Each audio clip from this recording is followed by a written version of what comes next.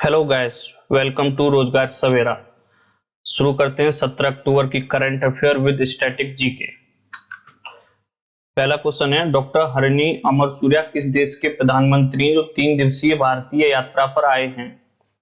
तो ये श्रीलंका के प्रधानमंत्री हैं जो कि 3 दिवसीय भारतीय यात्रा पर आए हैं। ठीक है, ये मैप में श्रीलंका दिख रहा है, ये जो कि बंगाल की खाड़ी में स्थित है, हिंद महासागर में एक छोटा द्वीपीय देश है। और इसमें पाक स्टेट है, पाक वे है, ये यहीं पर पाक स्टेट है जो कि बंगाल की खाड़ी को गल्फ ऑफ मन्नार से जोड़ती है। ठीक है, तो श्रीलंका के अभी राष्ट्रपति प्रधानमंत्री जी तो आ ही रहे हैं जिनका नाम डॉक्टर हरिणी अमरसूरिया है, लेकिन यहाँ के जो राष्ट्रपति हैं उनका नाम अनुराग कुमारा दिसानायके है। भारत और श्रीलंका किस जलडमरू मध्य द्वारा जुड़ते हैं? तो पाक जलडमरू मध्य द्वारा ही आपस में जुड़ते हैं। ओके, श्रीलंका का पुराना नाम सीलोन था। 1972 में सीलोन से श्रीलंका नाम इसका चेंज हुआ। श्रीलंका में पटाना घास के मैदान पाए जाते हैं। श्रीलंका का राष्ट्रीय खेल वॉलीबॉल है और श्रीलंका की जो करेंसी है वो श्रीलंकन रुपी है। श्रीलंका में 2 भाषाएं बोली जाती हैं, सिंगल और तमिल। भारत और श्रीलंका सैन्य अभ्यास भी करते हैं, जैसे कि मित्र शक्ति जो कि इंडियन आर्मी और श्रीलंकन आर्मी करते हैं, और सिलिनेक्स ये भारतीय नौसेना का है, भारतीय नौसेना और श्रीलंका नौसेना का है सिलिनेक्स युद्ध अभ्यास। अच्छा, श्रीलंका का नेशनल फ्लावर क्या है? तो नेशनल फ्लावर श्रीलंका का है ब्लू वाटर लिली। यहाँ कंफ्यूज नहीं होना, एक है व्हाइट वाटर लिली जो कि बांग्लादेश का नेशनल फ्लावर है, और ब्लू वाटर लिली जो कि श्रीलंका का नेशनल फ्लावर है। नेक्स्ट क्वेश्चन, 16वां अंतरराष्ट्रीय रेलवे उपकरण प्रदर्शनी 2025 का उद्घाटन कहां किया गया? तो ये नई दिल्ली में किया गया है। इसके बारे में जान लेते हैं। इसका उद्घाटन रेल मंत्री अश्विनी वैष्णव ने किया था। वो किस स्थान पे? तो भारत मंडपम पर। ठीक है, यह एशिया की सबसे बड़ी रेलवे प्रदर्शनी थी और दुनिया की दूसरी सबसे बड़ी रेलवे प्रदर्शनी थी। इसमें 15 से अधिक देशों ने भाग लिया। इसमें क्या क्या मुख्य रूप से प्रदर्शित किया गया? तो अमृत भारत को, तेजस, वंदे भारत, कोलकाता मेट्रो, नमो भारत ट्रेन इसमें प्रदर्शित की गई थी, जो कि ये नई दिल्ली में आयोजित हुआ था। नई दिल्ली की बात करें तो दिल्ली की सीमा है वो 2 राज्यों से स्पर्श होती है, एक है हरियाणा और दूसरा है उत्तर प्रदेश। ओके, उत्तर प्रदेश के भी 3 जिले हैं जो दिल्ली से सीमा स्पर्श करते हैं। ये यूपी स्पेशल है, उत्तर प्रदेश की परीक्षा में पूछा जाता है उत्तर प्रदेश के कितने जिले दिल्ली की सीमा से स्पर्श करते हैं अपनी सीमा। तो दिल्ली के 3 जिले दिल्ली की सीमा से स्पर्श होते हैं, बागपत, गाजियाबाद और गौतम बुद्ध नगर। नेक्स्ट क्वेश्चन है, विशाखापत्तनम में भारत का सबसे बड़ा एआई डेटा हब बनाने के लिए कौन सी 3 कंपनियां सहयोग कर रही हैं? तो ये विशाखापत्तनम में बढ़ रहा है जो कि आंध्र प्रदेश में स्थित है। विशाखापत्तनम आंध्र प्रदेश की पोर्ट सिटी है। ठीक है, तो ये गूगल, अडानी कोनेक्स और एयरटेल, ये तीनों मिलकर विशाखापत्तनम में भारत का सबसे बड़ा एआई डेटा हब बना रहे हैं। इसके बारे में जान लेते हैं, ये किस स्थान पे बढ़ रहा है? तो विशाखापट्टनम में बढ़ रहा है। इसमें $15 बिलियन का निवेश किया जा रहा है और इसका मेन उद्देश्य क्या है, मुख्य उद्देश्य क्या है? तो इसका उद्देश्य है high performance data infrastructure. Okay, उसमें जो ऊर्जा, जो एनर्जी भी होगी वो क्लीन एनर्जी सोर्सेस से लिया जाएगा। इसमें जो सहयोग कौन कौन कर रहे हैं? तो गूगल, अडानी कोनेक्स और एयरटेल। एआई डेटा हब है क्या? तो ये उच्च प्रदर्शन डेटा संरचना है जो एआई कंप्यूट कार्यों को समर्थन करती है और स्वच्छ ऊर्जा स्रोतों और मजबूत ट्रांसमिशन अवसंरचना द्वारा संचालित होती है। नेक्स्ट क्वेश्चन हमारा, भारतीय राज्यों में यूपीआई लेन देन प्रक्रिया में कौन सा राज्य अग्रणी रहा है? तो इसमें तेलंगाना है इसका राइट आंसर। ठीक है, अच्छा, यूपीआई की फुल फॉर्म क्या है? तो यूपीआई की फुल फॉर्म है यूनिफाइड पेमेंट इंटरफेस। इसके बारे में एक बार जान लेते हैं। यूपीआई की full form unified payment interface, और यूपीआई को किसने विकसित किया? तो एनपीसीआई ने। एनपीसीआई की फुल फॉर्म क्या है? तो national payments corporation of India. UPI है क्या? तो यूपीआई एक रियल टाइम भुगतान प्रणाली है जो तुरंत bank to bank fund transfer की सुविधा देती है। तो ये इसमें तेलंगाना अग्रणी रहा है। तो तेलंगाना की सीमा देखते हैं किन किन राज्यों से स्पर्श होती है। तेलंगाना की सीमा छत्तीसगढ़, महाराष्ट्र, कर्नाटका और आंध्र प्रदेश से स्पर्श होती है। याद रखना है, तेलंगाना की सीमा ओडिशा से स्पर्श नहीं होती है। ठीक है, इसमें कंफ्यूजन नहीं है, तेलंगाना की सीमा है वो ओडिशा से स्पर्श नहीं होती है। नेक्स्ट क्वेश्चन है, दुनिया का पहला मल्टी सेंसर ईओ सैटेलाइट कौन लॉन्च करेगा? तो इसे गैलेक्सी एआई लॉन्च करेगा। एक बार जानते हैं ये क्या है। ये मिशन दृष्टि के तहत किया जा रहा है। तो देखते हैं क्या ये बेंगलोर में स्थित एक भारतीय space tech startup Galaxy AI company जो 2026 की पहली तिमाही में दुनिया का पहला मल्टी सेंसर पृथ्वी अवलोकन ईओ उपग्रह लॉन्च करने के लिए तैयार है। इस मिशन का नाम मिशन दृष्टि है, जिसके तहत ये गैलेक्सी एआई से लॉन्च करेगी। भारत का यह सबसे बड़ा निजी उपग्रह है जिसका वेट 160 किलोग्राम वजन वाला मिशन दृष्टि भारत का सबसे बड़ा निजी तौर पर विकसित उपग्रह है। इसका कार्य क्या रहेगा, तो यह दोहरी पेलोड तकनीक के कारण उपग्रह दिन या रात या किसी भी मौसम की स्थिति में पृथ्वी की उच्च सटीकता वाली इमेजरी कैप्चर करने में सक्षम है। या पारंपरिक जो उपग्रह होते हैं अवलोकन प्रणालियों की सीमा को दूर करेगा और अक्सर बादल या रात के कारण जो बाधित होते हैं वो प्रॉब्लम इसमें नहीं रहेंगी। नेक्स्ट क्वेश्चन है, दुनिया के सबसे अमीर अभिनेता कौन बन गए? तो ये शाहरुख खान बन गए। ये इंडिया रिच लिस्ट के अनुसार बन गए। ठीक है, इनकी संपत्ति लगभग टोटल 1.4 बिलियन डॉलर बताई गई है। इसका आंसर हो जाएगा Shahrukh Khan. Okay, next question है, भारतीय वाणिज्य एवं उद्योग महासंघ फिक्की का अध्यक्ष किसे नियुक्त किया गया है? तो इसका अध्यक्ष अनित गोयनका को नियुक्त किया गया है। तो अनित गोयनका अभी आरपीजी ग्रुप के उपाध्यक्ष भी हैं। और फिक्की का पूरा नाम क्या है, फिक्की की फुल फॉर्म क्या है? तो federation of Indian chambers of commerce and industry इसकी फुल फॉर्म है। इसका हेडक्वार्टर नई दिल्ली में स्थित है। इसकी स्थापना 1927 में की गई थी। फिक्की के वर्तमान अध्यक्ष हर्षवर्धन अग्रवाल हैं, उनकी जगह अनंत गोयनका लेंगे।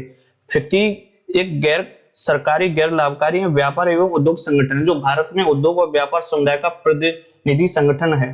फिक्की का प्रमुख उद्देश्य क्या है? तो इसका उद्देश्य भारत के उद्योग और व्यापार की आवाज बनना, उनके हितों की रक्षा करना और सरकारी नीति निर्धारकों के साथ संवाद स्थापित करना है। नेक्स्ट क्वेश्चन है, भारत संविधान का 130वां अमेंडमेंट बिल 2025 का प्रस्ताव क्या है? तो ऑप्शन ए, इसमें यदि कोई व्यक्ति 30 दिनों से अधिक समय तक हिरासत में हुआ है तो उसे पद से हटाया जाए। सेकंड है, इसके लिए न्यूनतम आरोप 5 वर्ष की सजा योग्य होना चाहिए। ऑप्शन 3 है, यह प्रस्ताव मुख्यतः विधायकों पर लागू होगा ना कि मंत्रियों पर। तो ये फैक्ट गलत हो जाएगा, यानी इसमें फर्स्ट ठीक है, सेकंड ठीक है, यानी इसका राइट आंसर हो जाएगा ऑप्शन डी। केवल 1 और 2 सही है। इसके बारे में जानते हैं, यह प्रस्ताव क्या है? तो प्रस्ताव मुख्यतः प्रधानमंत्री, मुख्यमंत्री या अन्य मंत्री जो 30 दिनों तक हिरासत में हो और उन पर आरोप 5 वर्ष या उससे अधिक की सजा योग्य हो तो उन्हें पद से हटना होगा। यह है इसका मुख्य प्रस्ताव, मुख्य मोटो। नेक्स्ट क्वेश्चन है हमारा, भारत को किस अवधि के लिए संयुक्त राष्ट्र मानवाधिकार परिषद यूएनएचआरसी में निर्विरोध चुना गया है? तो ये 2026 से 28 के लिए चुना गया है।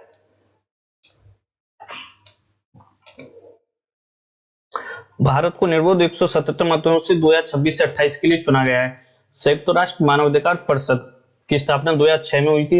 यह संयुक्त राष्ट्र प्रणाली का एक प्रमुख अंतर सरकारी निकाय है। इसका उद्देश्य दुनिया भर के मानवाधिकारों को बढ़ावा देना और उनकी रक्षा करना है और उनके उल्लंघन के मामलों को संशोधित करना है। इसका मुख्यालय कहाँ? तो इसका मुख्यालय जेनेवा स्विट्जरलैंड में स्थित है।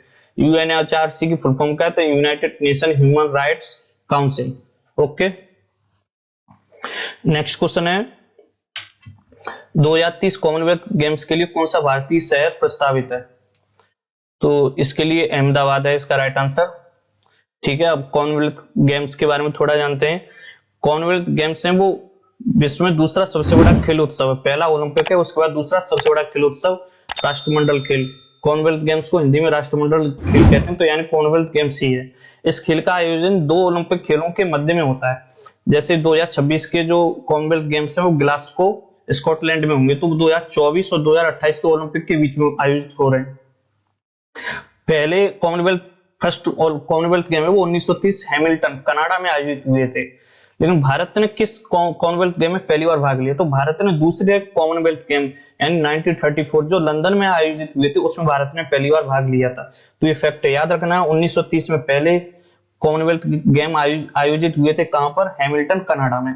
लेकिन भारत ने दूसरे कॉमनवेल्थ गेम्स 1934 लंदन में जो आयोजित हो रहे थे उसमें भाग लिया था भारत ने पहली बार। दूसरे कॉमनवेल्थ गेम लंदन में हुए थे 1934, उसमें भारत ने पहली बार भाग लिया था। ये फैक्ट याद रखना, कई बार पूछा गया। वर्तमान में इसमें टोटल 53 कंट्रीज भाग लेते हैं, लेकिन 71 टीमें इसकी हिस्सा हैं। क्यों टीमें ज्यादा हैं, देश कम है? तो इसलिए जैसे कि कुछ देश अपनी टीम से खेलते हैं, जैसे उदाहरण लेते हैं यूनाइटेड किंगडम। तो यूनाइटेड किंगडम में ही इंग्लैंड की अपनी खुद की टीम है, और स्कॉटलैंड जो कि यूनाइटेड किंगडम का ही भाग है, उसकी खुद की अपनी टीम है। तो इसलिए टीमों की संख्या यहाँ अधिक है और देशों की संख्या कम है। इसका हेडक्वार्टर कहाँ है? तो इसका कॉमनवेल्थ गेम्स का हेडक्वार्टर लंदन में स्थित है। ठीक है। वो भारत में क्या ये पहली बार आयोजित हो रहे हैं? भारत क्या पहली बार इनकी मेजबानी कर रहा है? नहीं, भारत इससे पहले भी इनकी मेजबानी कर चुका है 2010 में, जो कि दिल्ली में आयोजित हुए थे। तो भारत 2010 में भी इनकी मेजबानी कर चुका है, दिल्ली में आयोजित हुई। तो अब ये कर रहा है दूसरी बार अहमदाबाद में, जो कि 2030 में आयोजित होंगे। तो 2030 में आयोजित होंगे ये, उससे पहले 2026 में ग्लासगो स्कॉटलैंड में आयोजित होंगे। और कॉमनवेल्थ गेम्स का सर्वाधिक बार मेजबान कौन रहा है? तो ऑस्ट्रेलिया रहा। ऑस्ट्रेलिया ने 5 बार कॉमनवेल्थ गेम्स की मेजबानी की है। और कॉमनवेल्थ गेम्स जो भारत में आयोजित होंगे 2030 में, तब तक कॉमनवेल्थ गेम को 100 वर्ष पूरे हो जाएंगे, क्योंकि पहले कॉमनवेल्थ गेम 1930 में आयोजित हुए थे, और 2030 में जो अहमदाबाद में आयोजित होंगे उन्हें 100 वर्ष पूरे हो जाएंगे। इसलिए गेम्स को सेंटेनरी गेम्स भी कहा जा रहा है। जो अहमदाबाद में आयोजित होंगे उन्हें सेंटेनरी गेम्स भी कहा जा रहा है। ओके, नेक्स्ट क्वेश्चन है हमारा। अच्छा, अहमदाबाद से जुड़े फैक्ट भी जान लेते हैं। जैसे अहमदाबाद की स्थापना सुल्तान अहमद शाह ने की थी 1411 में। अहमदाबाद किस नदी के तट पर स्थित है? तो साबरमती नदी के तट पर स्थित है, याद रखना है, साबरमती नदी। और सूरत किस नदी के तट पर है? तो वो ताप्ती नदी के तट पर स्थित है। और भारत का मैनचेस्टर भी अहमदाबाद को ही कहा जाता है। मैनचेस्टर किस शहर में? मैनचेस्टर जो मुख्य रूप से वो किस देश में है? तो इंग्लैंड में है मैनचेस्टर। लेकिन भारत का मैनचेस्टर किसे कहा जाता है? तो अहमदाबाद को कहा जाता है। और अहमदाबाद 2017 में विश्व धरोहर शहर है, जो यूनेस्को के रूप में भी ये घोषित किया गया था। यानी 2017 में यूनेस्को विश्व धरोहर शहर के रूप में भी घोषित किया गया था अहमदाबाद। अहमदाबाद में साबरमती आश्रम भी है गांधी जी का। नेक्स्ट क्वेश्चन है, हाल ही में किस राज्य ने 23वीं बार सीनियर महिला राष्ट्रीय फुटबॉल चैंपियनशिप, जिसे राजमाता जीजाबाई ट्रॉफी भी कहते हैं, जीती है? तो इसका राइट आंसर हो जाएगा मणिपुर। ये मणिपुर ने जीती है रिकॉर्ड 23वीं बार। ठीक है। इसका आयोजन छत्तीसगढ़ के आरकेएम मैदान में हुआ था। और इसका आयोजक कौन था? तो AIFF, all India football federation, इसका आयोजक था। अब जानते हैं इसके बारे में। इसका मेजबान छत्तीसगढ़ था। छत्तीसगढ़ के नारायणपुर रामकृष्ण मिशन आश्रम मैदान में हुआ था ये। और इसे सीनियर महिला राष्ट्रीय फुटबॉल चैंपियनशिप, जिसे राजमाता जीजाबाई ट्रॉफी के नाम से भी जाना जाता है, भारत में महिला फुटबॉल का प्रमुख वार्षिक टूर्नामेंट है। इसका आयोजन ऑल इंडिया फुटबॉल फेडरेशन के द्वारा किया जाता है। और यह सबसे ज्यादा मणिपुर ने ही जीता है। ठीक है। मणिपुर ने रिकॉर्ड इसे 23 बार जीता है। इससे पहले 2023, 24, 24-25 के दोनों संस्करण का विजेता भी लगातार मणिपुर ही रहा था। AIF के बारे में जानते हैं, तो यह एक भारत में फुटबॉल का सर्वोच्च शासी निकाय है। और AIF की फुल फॉर्म भी याद रखनी है, ऑल इंडिया फुटबॉल फेडरेशन। यह संस्था भारत में फुटबॉल के खेल के संचालन, नियंत्रण और विकास के लिए जिम्मेदार है। इसकी स्थापना 23 जून 1937 को हुई थी। अच्छा, 23 जून को कौन सा दिवस मनाया जाता है? तो 23 जून को वर्ल्ड ओलंपिक डे भी मनाया जाता है, यानी विश्व ओलंपिक दिवस भी मनाया जाता है 23 जून को। तो ये फैक्ट याद रखना। तो इसकी स्थापना 23 जून 1937 को हुई थी। इसका मुख्यालय नई दिल्ली में है। और इसके वर्तमान अध्यक्ष कौन है? तो कल्याण चौबे इसके वर्तमान अध्यक्ष हैं।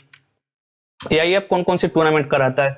तो ये आई लीग कराता है, इंडियन सुपर लीग कराता है, संतोष ट्रॉफी और डूरंट कप भी कराता है। ये दोनों बहुत इंपॉर्टेंट हैं। कई बार पूछा गया संतोष ट्रॉफी और डूरंट कप किस खेल से संबंधित हैं? तो ये फुटबॉल से संबंधित हैं। Super cup, hero federation cup भी ये आयोजन कराता है। अब फीफा के बारे में भी जानते हैं। तो फीफा की स्थापना 1904 को हुई थी। 21 मई 1904 को हुई थी। फीफा का हेडक्वार्टर कहां स्थित है? तो फीफा का हेडक्वार्टर ज्यूरिख, स्विट्जरलैंड में स्थित है। और वर्तमान इसके अध्यक्ष कौन? तो जियानी इन्फेंटिनो इसके वर्तमान में अध्यक्ष हैं। और भारत फीफा का सदस्य कब बना? तो भारत फीफा का सदस्य 1948 में बना।